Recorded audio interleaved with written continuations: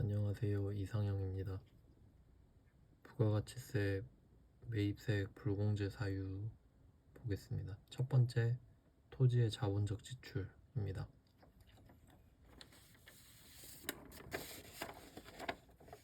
아마 불공제 사유 중에 가장 많이 틀리는 유형일 텐데요. 정식 명칭은 토지의 자본적 지출인데 저는 이름을 좀 바꿔서 부르려고 해요. 토지의 자본적 지출보다는 제 생각에는 취득 부대 비용이 좀 더 적합하지 않나 생각을 해요.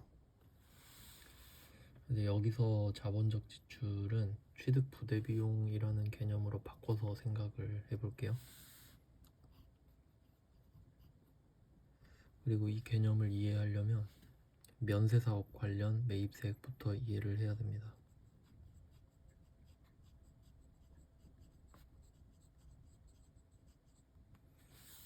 우리는 과세사업자를 전제로 하기 때문에 면세사업과 관련된 매입세액을 언급하기는 좀 어색한 면이 있거든요. 그래서 면세사업 관련 매입세액을 직접적으로 내기는 좀 그런데 이 토지의 자본적 지출이 이 내용이랑 굉장히 비슷해요. 그래서 면세사업 관련 내용을 먼저 확인하고 주제로 들어가겠습니다. 일단 면세사업부터 이해를 해보면 면세사업은 면세 물건을 계속해서 파는 사람이죠. 면세 서비스일 수도 있고요.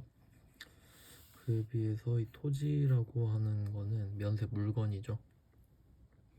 그럼 우리가 면세사업자는 아니더라도 토지를 사고 팔 수는 있잖아요. 그래서 뭐 토지를 사고 파는 걸로 비유를 한번 해볼게요. 일단 면세사업자 상황을 좀 보면은 X라는 면세사업자가 있다고 해볼게요.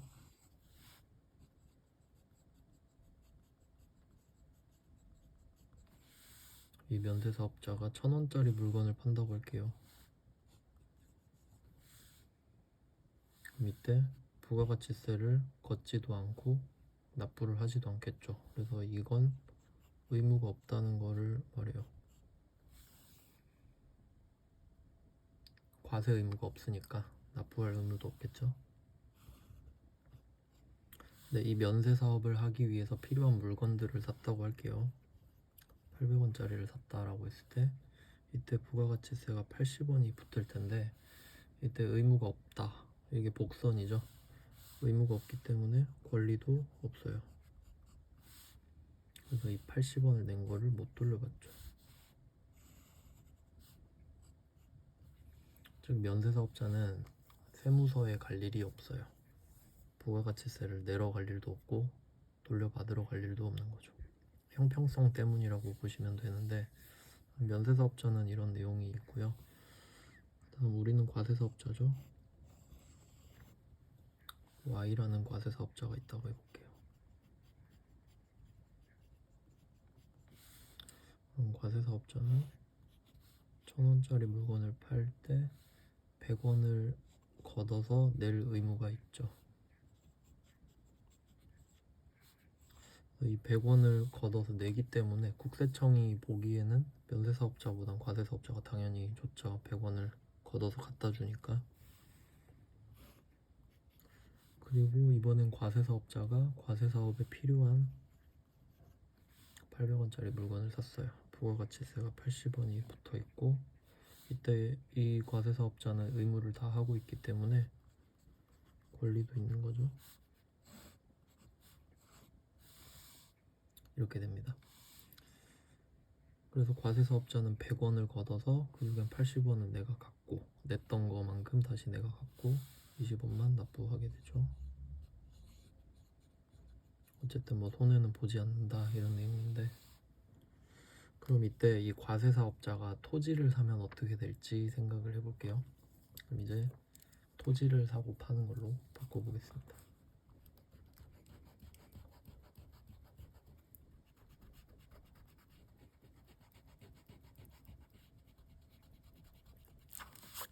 금액은 같고 토지로 바꿔볼게요. 땅이라고 할게요. 혹시 계정 과목 토지랑 헷갈릴 수도 있으니까 부가가치세법에서는 그 땅의 목적이 상관이 없죠. 뭐 내가 건물을 지으려고 땅을 샀든 투기용으로 샀든 땅 자체가 면세니까. 그래서 부가가치세법에서는 뭐냐고 물어보는 거죠. 땅이냐 뭐 건물이냐. 근데 회계에서는 왜 샀냐고 물어보죠. 그 땅을 왜 샀냐. 그래서 그때 건물 지을 목적이다 하면 토지고 투기 목적이다 하면 투자부동산, 이렇게 그 좀 차이가 있죠. 지금은 부가가치세 쪽이니까 목적은 상관이 없어서 제가 일부러 땅이라고 했습니다. 그럼 이때 부가가치세가 없죠. 면세 물건이니까 상대방도 부가세를 요구하지 않을 겁니다. 그리고 또 디테일을 따져보면 땅이 면세 물건인데 상대방이 사업자일 수도 있고 사업자가 아닐 수도 있죠. 개인한테서 땅을 살 수도 있으니까.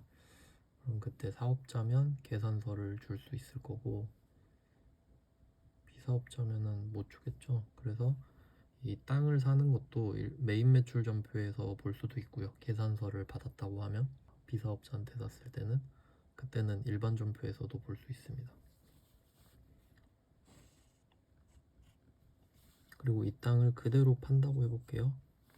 그럼 이 땅에 한해서는 면세 물건이기 때문에 우리도 부가세를 걷지도 않고 내지도 않겠죠. 네, 그러니까 파는 쪽은 이제 면세사업자랑 같은데 사는 쪽이 다르죠. 이때는 부가세가 없었으니까. 근데 이제 추가로 봐야 될 게 이겁니다. 지금 볼 주제는 이거죠. 그럼 이 땅을 취득한다라고 했을 때 이 800원은 땅값이거든요. 근데 부동산 같은 경우는 등기를 쳐야 내 명의로 바꿔줘야 취득이 완료가 되는 거죠. 그러려면 취득세도 내야 되고, 그러면 내가 땅을 샀는데 등기를 칠 줄 모르면 땅을 내 걸로 만들 수 없다는 소리죠. 그러니까 사놓긴 했는데 명의를 내 걸로 바꾸지를 못하는 거니까.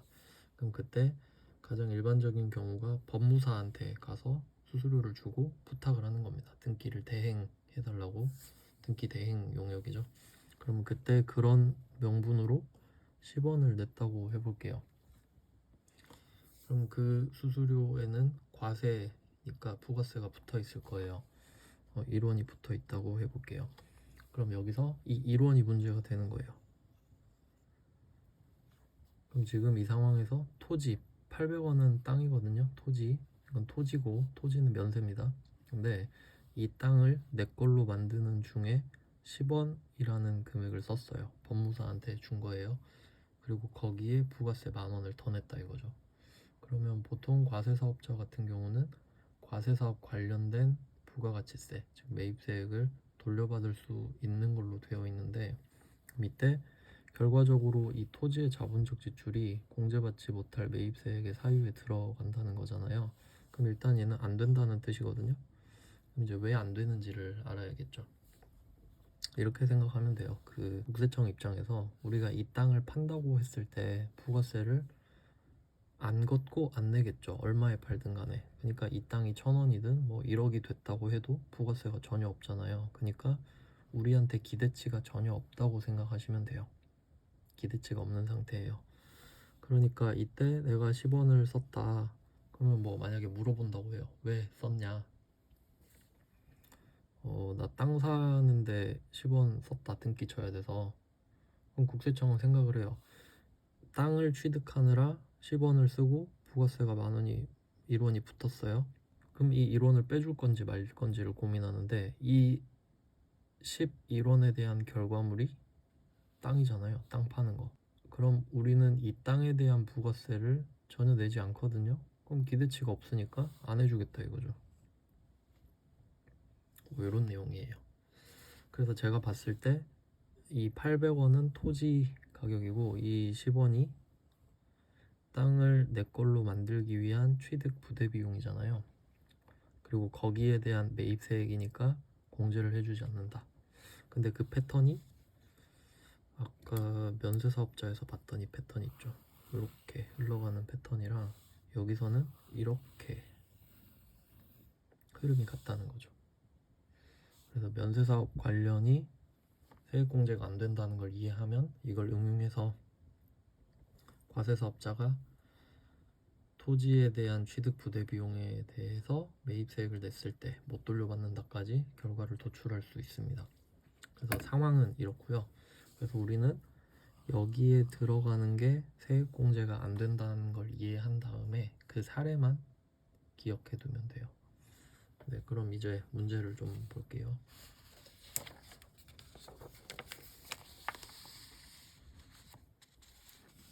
하나씩 보겠습니다. 첫 번째 상황은 공장 신축용 토지를 취득했다. 여기서는 부가가치세법 측면으로만 보면 목적은 안 중요하고 땅을 샀다는 게 중요하죠. 그리고 중개수수료, 이거 중개보수라고 하죠. 보통 공인중개사한테 주고 뭐 복비라고 하죠. 이걸 주고 세금계산서를 받은 거예요. 세금계산서를 받았고 이 토지에 대한 중개수수료는 취득 부대비용으로 봤을 때 여기 붙는 부가세 150만 원은 못 돌려받는다라는 겁니다. 아까 그림 그려드렸던 거, 아까 그림 보여드렸던 거에 해당이 되는 거죠. 그럼 만약에 이게 건물이라면 건물도 한번 비교해 볼게요. 그럼 만약에 이 물건이 건물이라면 이게 땅이 아니라 건물이라고 생각해 볼게요. 그럼 800원짜리 건물을 샀다. 네, 이것도 아까 말씀드린 거랑 좀 같은 방향인데 건물도 사업자한테 살 수도 있고 비사업자한테 살 수도 있죠. 그래서 건물도 뭐 아파트 같은 거 살 때 비사업자한테 사면 부가세를 뭐 안 내죠. 근데 지금은 사업자한테 샀다고 했을 때 880원을 냈다. 그리고 이 건물을 1000원에 팔면 100원을 걷어서 내겠죠. 그럼 국세청은 이 사실에 대해서 희망이 생기는 거예요. 내가 이 건물을 팔면 부가세를 갖다 줄 거라는 희망이 생긴 거죠. 그럼 이때 똑같이 등기를 치고 법무사한테 수수료를 주고 부가세 1원을 냈다고 할게요. 그럼 국세청은 이거에 대해서는 세액공제를 해준다고 하겠죠. 건물과 관련된 내용이니까. 그래서 이렇게 차이가 생기거든요.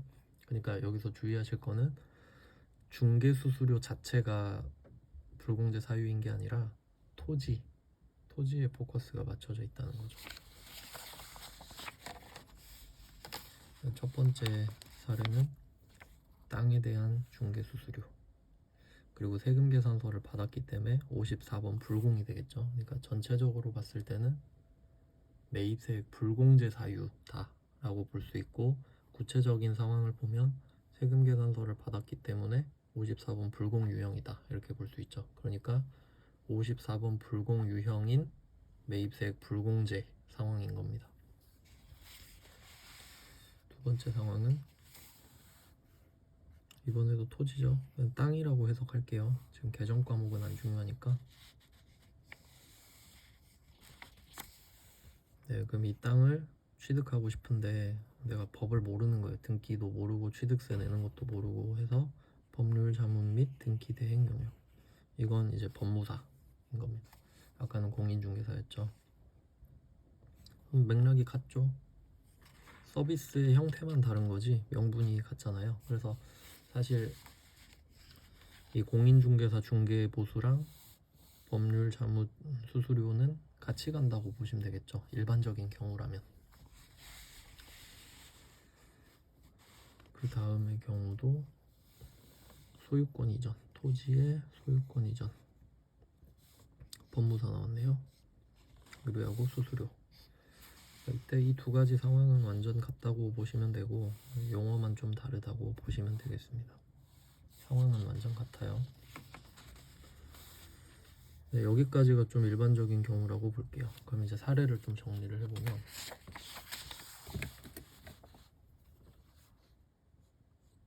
첫 번째 공인중개사 수수료 물론 땅이 전제입니다. 두 번째 법무사 수수료 이건 거의 비슷한 시기에 일어나겠죠. 이 두 개는 일단 여기까지는 좀 쉬워요. 여기부터는 이제 있을 수도 있고 없을 수도 있는 사례인데, 네, 이때 회계 1급의 86회, 합격률이 굉장히 낮았던 회차인데 내용을 잘 볼게요. 공장 신축을 위해 목적이 나왔죠. 건물이 있는 토지를 샀다고 해요. 공장 신축하려고 건물이 있는 토지를 산 겁니다. 그럼 이 말만 봐도 예측을 할 수 있죠. 공장을 지으려고 땅을 샀는데 건물이 있는 땅을 샀다? 그럼 이 말은 곧 철거 예정일 건 뻔한 거죠. 네, 이렇게 해석을 할 수 있습니다. 그러면 이때는 건물과 땅을 같이 샀는데 땅의 위치가 너무 마음에 들었다라고 해석을 할 수 있겠죠. 한번 그림으로 그려서 볼게요.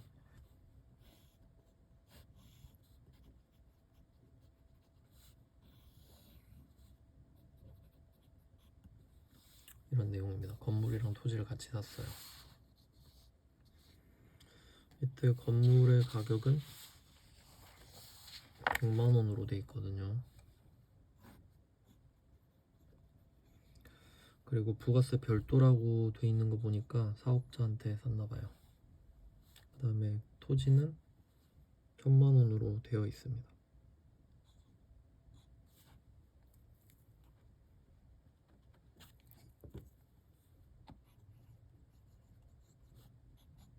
부가가치세는 없겠죠.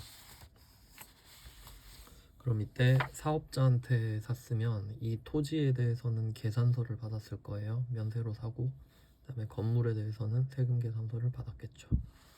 그래서 실제로 이런 일이 일어난다면 회계 처리를 따로따로 2번 해야 되는 거예요. 계산서 받은 토지, 세금 계산서 받은 건물, 이렇게 해야 되는데, 근데 그럼 두 문제를 한 문제로 낼 수가 없으니까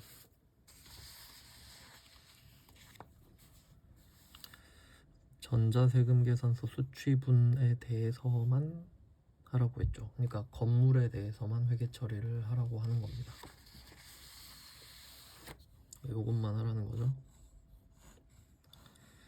그러면 이렇게 건물과 토지를 같이 사는 경우는 2가지 경우가 있을 텐데, 첫 번째는 건물이 갖고 싶어서 건물과 토지를 샀다. 이게 일반적이죠. 우리가 알고 있는 한. 그다음에 2번째는 이 땅의 위치가 너무 마음에 드는 거예요. 그래서 건물을 그냥 밀어버리고 새로 지으려고. 근데 우린 지금 2번이거든요. 그럼 이건 어떻게 해석해야 되냐면, 위치가 마음에 들어서 이 땅을 샀을 때는 건물이 없는 게 좋겠죠. 괜히 건물이 붙어 있으면 건물 가격만큼 땅을 더 비싸게 산 것 뿐이잖아요. 그래서 지금 우리가 그런 상황이거든요. 건물이 있어서 전혀 좋은 게 아니에요. 어차피 철거를 할 거기 때문에 건물 가격은 그냥 땅값을 높이는 역할만 하는 거죠. 우리 입장에서는. 상대방은 입장이 다르겠지만 그런 내용인 거를 물어보는 겁니다. 알고 있는지. 그러면 일단 부가가치세법상으로는 이 건물은 과세다라는 걸 확인을 했죠. 그리고 2번째가 회계상의 목적을 물어볼 텐데, 그러면 이 토지는 공장을 짓기 위해서 사는 목적, 즉 사용 목적이기 때문에 계정 과목이 토지예요. 투기 목적이면 투자부동산이죠. 근데 이 건물에 대한 계정 과목은 뭐냐? 부가가치세법상에선 얘는 건물이죠. 그냥 부가가치세가 붙는 물건일 뿐인데 회계상으로는 목적을 물어보잖아요. 우리 목적은 건물을 건물로 쓸 생각이 전혀 없죠. 그래서 이 건물도 계정 과목이 토지가 됩니다. 즉 우리 입장에서는 그냥 이 땅을 1100만 원에 산 것 뿐이라는 거죠. 근데 거기에 부가세 10만 원이 더 붙었거든요. 그러면 이 10만 원은 국세청이 보기에 전혀 희망이 없는 금액이죠. 왜냐면 이 건물은 철거할 예정이잖아요. 그러면 부가가치세 10만 원을 빼줘봤자 이 건물은 사라질 텐데, 그럼 건물을 절대 팔 수 없잖아요. 그러니까 세액공제를 안 해준다. 어쨌든 맥락은 같습니다. 근데 특이한 거는 계정 과목이 토지라는 것까지 확인을 해주셔야 돼요. 네, 그럼 3번째 경우까지 또 나왔네요. 건물이랑 토지를 일괄 취득하는데 목적이 토지일 때죠. 건물 철거 예정이라고 하겠습니다.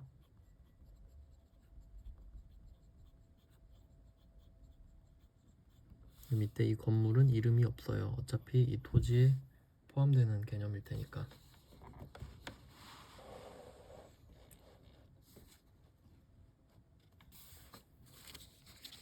네, 세 번째 사례도 봤고요. 그럼 아까 본 것처럼 이 건물을 철거 예정이었기 때문에 철거를 하겠죠. 네, 그 다음 문제가 철거입니다. 당사는 본사 사업을 신축할 목적으로 기존 건물이 있는 토지를 취득했다. 기존 건물이 있는 토지를 취득했다. 이 위에 있는 문제 이야기하고 있죠. 그래서 즉시 건물을 철거했다. 철거 비용 나왔죠. 이 두 개는 필연적으로 연결되는 문제입니다. 그럼 이때 철거 비용은 당연히 이 건물을 부수는데 쓰는 거는 아까 제가 이걸 취득 부대 비용으로 하겠다라고 말씀을 드렸잖아요. 그래서 지금 우리 목적이 건물을 지을 땅을 산다고 생각해 보시면 실제로 우리가 토지한테 원하는 거는 이 토지가 평평한 상태인 걸 원하는 거거든요. 근데 지금 평평하지 않은 땅을 샀으니까 그 평평한 땅을 만들면서 돈을 계속 쓰고 있잖아요. 그럼 우리는 평평한 땅을 취득하는 중인 거죠. 그래서 그 평평한 땅이 될 때까지 쓴 돈은 전부 다 취득 부대 비용이라고 전 생각을 하는 거예요. 그럼 방금 그 건물 가격도 그렇고 건물을 부수는데도 평평한 땅을 만드는 중인 거죠. 그래서 맥락이 같다고 보시면 됩니다. 네, 그렇게 해서 네 번째 거는 이 건물을 철거하는 비용입니다.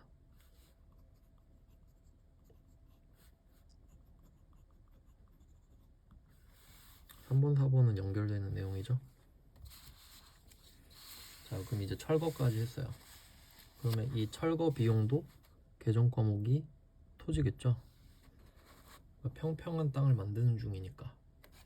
그래서 지금 상황이 4개 나왔는데 앞에 있었던 공인중개사 수수료, 법무사 수수료도 전부 다 토지에 포함이 되죠. 그러니까 이 두 개는 실질적으로 취득 부대 비용이라고 생각을 하실 거예요, 다들. 근데 그 밑에 부분들을 보통 자본적 지출이라고 부를 텐데 제가 보기엔 똑같다는 거예요. 어차피 평평한 땅을 취득하고 있는 거는 같으니까.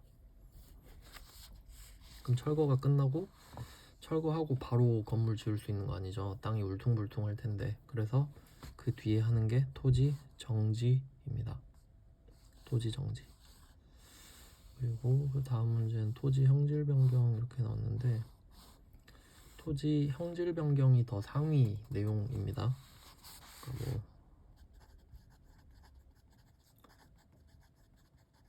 형질 변경이 있는데 이 안에 여러 가지가 있는데 그 중에 정지도 포함이 돼요.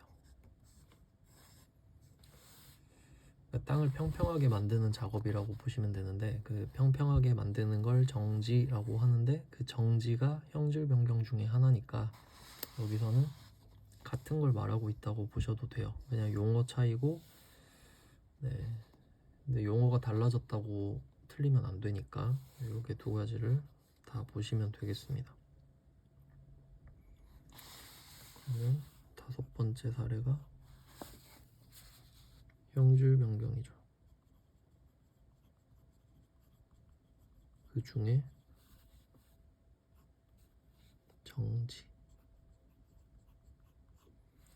자, 이렇게까지 하고 나면 드디어 평평한 땅이 완성이 되죠. 그러니까 이 평평한 토지를 드디어 취득을 한 겁니다. 그래서 제 생각에는 이 5개가 전부 다 토지의 취득 부대 비용이다. 그러면 이 토지에 다 들어가는 돈이기 때문에 아까 보셨듯이 땅을 팔아봤자 이 땅을 아무리 비싸게 팔아도 부가세를 안 걷고 안 낼 거기 때문에 국세청은 여기에 있는 돈은 절대 빼주지 않겠다라고 한 거죠. 이런 내용입니다.